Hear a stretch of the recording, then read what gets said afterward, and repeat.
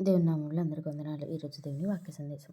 జడియవద్దు, నీ దేవుడైన యెహోవా నీ మధ్యనున్నాడు. ద్వితీయోపదేశకాండం 7వ అధ్యాయము 21వ వచనం. ఇక్కడ ఇశ్రాయేలీయులకి వారి శత్రువుల గురించి దేవుడు చెప్తూ ఉన్నప్పుడు వారిని చూసి భయపడవద్దు అని చెప్పి దేవుడు చెప్తున్నాడు. మీ మధ్యన దేవుడు ఉన్నాడు అని చెప్పి చెప్తున్నాడు. మన పరిస్థితులు కూడా ఒక్కొక్కసారి చుట్టూ మన శత్రువులు ఉన్నప్పుడు మనకి ఏం జరుగుతుందో అని మనకి భయం వేస్తుంది. కానీ మనం గుర్తుపెట్టుకోవాల్సిన మాట, మనకి దేవుడు ఒక వాగ్దానం ఇస్తే అది ఖచ్చితంగా ఆయన నెరవేర్చి తీరుతాడు. పరిస్థితులు ఎలా ఉన్నా ఆయన మనకి సహాయం చేస్తాడు. మనం పరిస్థితులను చూసి భయపడితే మునిగిపోవచ్చు.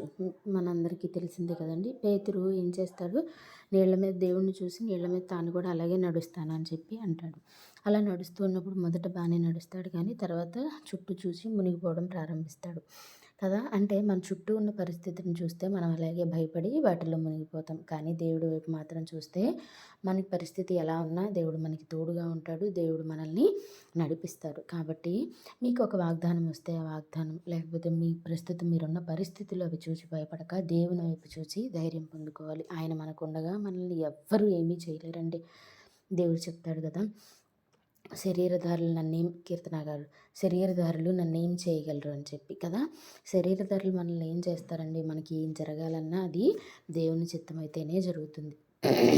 మనల్ని దేవుడు ఏం చెప్తాడు, మీ తల వెంట్రుకల లెక్క కూడా నా దగ్గర ఉంది అని చెప్తాడు. కాబట్టి అట్టి దేవుడు మనకి తోడుగా ఉండగా చుట్టూ ఉన్న పరిస్థితిని చూసి భయపడక జడియవద్దు, మీ దేవుడైన యెహోవా మీ మధ్య ఉన్నాడు అనే మాటను మనం జ్ఞాపకం చేసుకొని మనకి దేవుడు ఉన్నాడు అనే నిశ్చయంతో ముందుకు సాగిపోవాలని కోరుకుంటూ వందనాలు.